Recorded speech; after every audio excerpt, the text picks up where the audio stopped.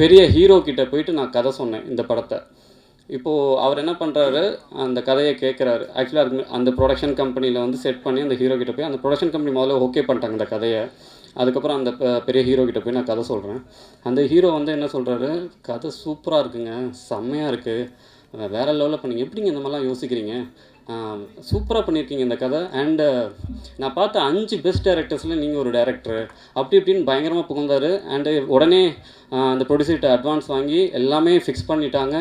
எல்லாமே ஃபிக்ஸ் பண்ணிட்டு அப்போ அவர் ஒரு விஷயம் சொல்கிறாரு, நம்ம வந்து இந்த ஸ்கிரிப்டில் வந்து என் ஸ்டைலில் கொஞ்சம் ஒர்க் பண்ணலாம், ஒரு 5 சிட்டிங் உட்காருவோம் அப்படின்னு சொல்லிட்டு. நானும் சரி சார், ஓகே சார், அப்போ 5 சிட்டிங் உட்காருவோம், சூப்பர் அப்படின்ட்டு அவரும் சொல்லிட்டார். அட்வான்ஸ் கொடுத்து எல்லாமே ஓகே ஆகிடுச்சு. அதுக்கப்புறம் அந்த 5 சிட்டிங்கிறது பார்த்திங்கன்னா 2 வருஷங்க. 2 வருஷம், 3 மாதத்துக்கு ஒரு வாட்டி, 6 மாதத்துக்கு ஒரு வாட்டி, திருப்பி ஒரு 3 மாதத்துக்கு ஒரு வாட்டி, திருப்பி 6 மாதத்துக்கு ஒரு வாட்டி, அந்த மாதிரி 2 வருஷம் அப்படியே போயிட்டே இருக்குது. அந்த ப்ரொடியூசரும் சொல்கிறாரு, இல்லைங்க அவர் பெரிய ஆர்டிஸ்ட்டு, அவர் சொல்லுவார், நீங்கள் கொஞ்சம் பொறுமையாக இருங்க, நீங்கள் புது டேரக்டர் தானே, கொஞ்சம் பொறுமையாக பண்ணுங்கன்ட்டு பொறுமையாகவே இருந்துட்டேன். அதுக்கப்புறம் அவர் ஒவ்வொரு வாட்டி இப்போ எழுதும்போது ஸ்கிரிப்ட் மாறுது, ஒரு கட்டத்தில் அப்படி ஸ்கிரிப்ட் மாறுது. ஓகே ஃபைன், நானுமே சரி ஓகே, நம்ம வந்து அந்த ஜின்னுன்ற ஒரு கான்செப்ட் வச்சு ஒரு கமர்ஷியலாக படம் பண்ணுறோம், அப்போது அவருக்கு ஏற்ற மாதிரியான விஷயங்கள் நம்ம பண்ணலாம், அது பிரச்சனை இல்லை அப்படின்னு சொல்லிட்டு நானும் அதுக்கேற்ற மாதிரி கொஞ்சம் கொஞ்சமாக மாற்றுறேன். இப்போ என்ன ஆகுதுன்னா, அவருக்கு வந்து ஒரு பெரிய படம் ரிலீஸ் ஆகுது. அந்த படம் பார்த்திங்கன்னா சூப்பர் ஹிட் அந்த படம், சரிங்களா. இப்போ வந்து நான் போகிறேன் அந்த பெரிய ஹீரோ கிட்ட போயிட்டு, ப்ரொடியூசரும் வந்து இல்லைங்க படம் சூப்பர் ஹிட் ஆகிடுச்சு, நம்ம உடனே போகிறோம், போயிட்டு டேட்ஸ் கேட்குறோம், அவர் டேட்ஸ் கொடுத்தாருன்னா நம்ம இமீடியட்டாக ஸ்டார்ட் பண்ணிடலாம்னு சொல்லிட்டு அந்த ப்ரொடியூசரும் நானும் அவரை பார்க்குறக்காக போகிறோம். நான் ஆக்சுவலி அந்த ஹோட்டலில் சொன்னால் கூட நீங்கள் கண்டுபிடிச்சிருங்க அது எந்த ஹீரோ அப்படின்னு சொல்லிட்டு. நான் போனேன் அந்த ஹோட்டலுக்கு, மேலே அவரை பார்க்க போகிறேன். அவர் வந்து அந்த ஒரு ஜெயிச்ச அந்த ஒரு விஷயத்தில் இருக்கார், பயங்கரமான ஹிட் அந்த படம். உட்காந்துட்டு இருக்கு. அவர் ப்ரொடியூசரை உட்கார சொல்கிறாரு. நான் வரேன், என்னை உட்கார கூட சொல்லலை. என்னை பார்த்து என்னை கேட்குறாரு, நீங்கள் யார் அப்படின்னு சொல்லிட்டு கேட்டார். நான் வந்து சார், நான் டிஆர் பாலா சார், உங்களுக்கு கதை சொல்லியிருக்கேன் சார், நான் வந்து ஜின்னுன்ற ஒரு கதை சொல்லியிருக்கேன் சார், அந்த கதை கேளுங்க சார். சாரி, ஆல்ரெடி கேட்டு எல்லாம் ஓகே பண்ணி இப்போ ஷூட்டிங் டேட்ஸ் கொடுத்துருக்காங்க சார், நம்ம அடுத்து ஷூட்டிங் போகணும் சார் அப்படின்னு சொல்லிட்டு. சரி ஓகே, நீங்கள் முதல்லேருந்து அந்த கதையை சொல்லுங்கள் பார்ப்போம், என்னென்னு கேட்போம் அப்படின்னு சொல்லிட்டு கேட்டார்.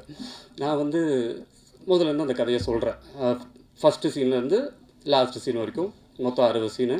ஒவ்வொரு சீனாக சொல்கிறேன். நிறுத்துங்க, இந்த இடத்துல தான் நான் மாற்ற சொன்னேன். இல்லை சார், நான் அதை மாற்றிட்டேன் சார், இப்போ பாருங்கள் சார் அப்படின்னு சொல்லிட்டு மாற்றி அந்த லைனை நான் சொல்கிறேன், சரிங்களா. அதுக்கப்புறம் திருப்பியும் அடுத்தது கொஞ்சம் தூரம் போகுது. அவருடைய செய்கைகளே டோட்டலாக சேஞ்ச் ஆகிருந்தது அப்போது ஆக்சுவலி, சரிங்களா. நான் சொல்கிறேன் திருப்பியும், இல்லை சார் மாற்றிட்டேன் சார், இது கேளுங்க சார், அதை கேளுங்க சார்னு சொல்லிட்டு அவர் ஆக்சுவலி அவருடைய மைண்ட் செட்டுக்கும் வந்துடுச்சு. அவ்வளோதான், நம்ம வந்து இந்த எதுக்கு இப்போ இந்த படம் பண்ணோம், இந்த டேரக்டரோட பண்ணோம் அப்படின்ற ஒரு மைண்ட் செட்டுக்கு வந்துட்டார் அவர் ஆல்ரெடி.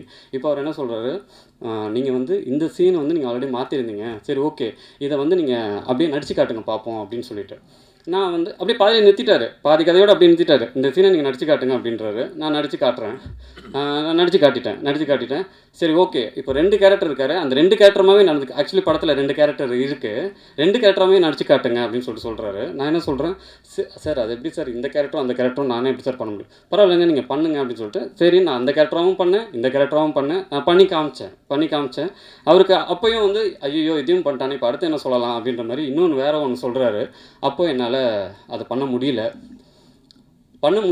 அவர் வந்து வேண்டான்னு சொல்லியிருக்கலாம், இல்லை நான் பண்ணலை, நான் வேறு ஆர்டிஸ்ட்டுக்கு நான் டேட்ஸ் கொடுக்குறேன், சாரி நான் வேறு டேரக்டருக்கு கொடுக்குறேன், வேறு ப்ரொடியூசருக்கு கொடுக்குறேன்னு கூட சொல்லியிருக்கலாம். உனக்கு சினிமா தெரியாது, நீ வந்து ஃபிட் ஃபார் சினிமா, உனக்கு வந்து ஒன்றுமே தெரியாது, நீ கிளம்பு அப்படின்ற மாதிரி அந்த ப்ரொடியூசரை வச்சு என்னை அவமானப்படுத்திட்டார். ஆக்சுவலி நான் இதை ஏன் சொல்கிறேன் அப்படின்னா, ப்ரொடியூசர் வச்சு அவமானப்படுத்தின உடனே, நீ வந்து சினிமாவுக்கே லாய்க்கு இல்லை, நீ போயிடு, எதுக்கு இந்த சினிமாவில் இருக்க, எனக்கு ஒன்றுமே புரியல. என்ன சார் கதை சொல்லி 2 வருஷமாக உங்க கூட ட்ராவல் பண்ணியிருக்கேன், கதைலாம் ஓகே பண்ணிட்டு நீங்கள் 5 பெஸ்ட் டேரக்டர்னு சொன்னீங்க, இப்போ வந்து இப்படி சொல்லிட்டு இருக்கீங்க அப்படின்னு சொல்லிட்டு நான் சொன்னேன். நான் சொல்கிறேன் இருப்போம். சொன்னபோது அவர் வந்து இல்லை முடியாது, நான் இந்த கதை இப்போதைக்கு பண்ணல, நான் அப்புறமா பண்ணுறேன் அப்படின்னு சொல்லி அமுச்சிட்டா. அந்த டி நகர்லேருந்து ஆதம்பாக்கம் என் வீடு. ஆக்சுவலாக அந்த ப்ரொடியூசர் தான் என்னை பிக்கப் பண்ணார். அந்த ப்ரொடியூசர் கீழே வந்துட்டோம்னே சொல்லிட்டாரு, இல்லை நான் அந்த ஆர்டிஸ்ட் அந்த டேட் இருந்தால் நான் பண்ணுறேன், இல்லைனா நான் பண்ண மாட்டேன் அப்படின்னு சொல்லிட்டாங்க. சொன்ன உடனே அங்கே டி நகரில் இருந்து ஆதம்பாக்கம் வரைக்கும் நடந்தே போனேன். கண்லேருந்து தண்ணி அப்படியே ஊற்றிக்கிட்டே இருக்குது. நான் அப்போது முடிவு பண்ணேன், இந்த படத்தை நான் எக்காரணத்துக்கு கொண்டு இந்த படத்தை நான் விட்டுறக்கூடாது.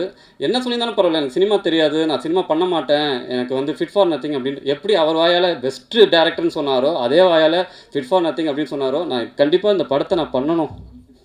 யா அன்ஃபிட் அப்படின்னு சொன்னாரோ, நான் கண்டிப்பாக இந்த படத்தை பண்ணணும் அப்படின்னு சொல்லிட்டு அந்த இடத்துல தான் நான் வந்தேன்.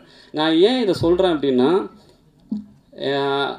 நம்ம வந்து எவ்வளோ இது பண்ணாலுமே எனக்கு வந்து திருப்பி எனக்கு என்ன ஒரு கான்ஃபிடென்ஸ்னால், நான் கண்டிப்பாக இந்த படத்தை பண்ணுவேன் அப்படின்ற ஒரு விஷயம். அண்ட் விஜய் சார் அடிக்கடி சொல்கிறது அக்செப்டன்ஸ். அந்த அக்செப்டன்ஸ் வந்து எனக்கு இருந்ததுனால தான் இப்போது இந்த படத்தை முடித்து பிஸ்னஸ் பண்ணிட்டேன். அண்ட் 30ஆம் தேதி வந்து இந்த படம் ரிலீஸ் ஆக போகுது.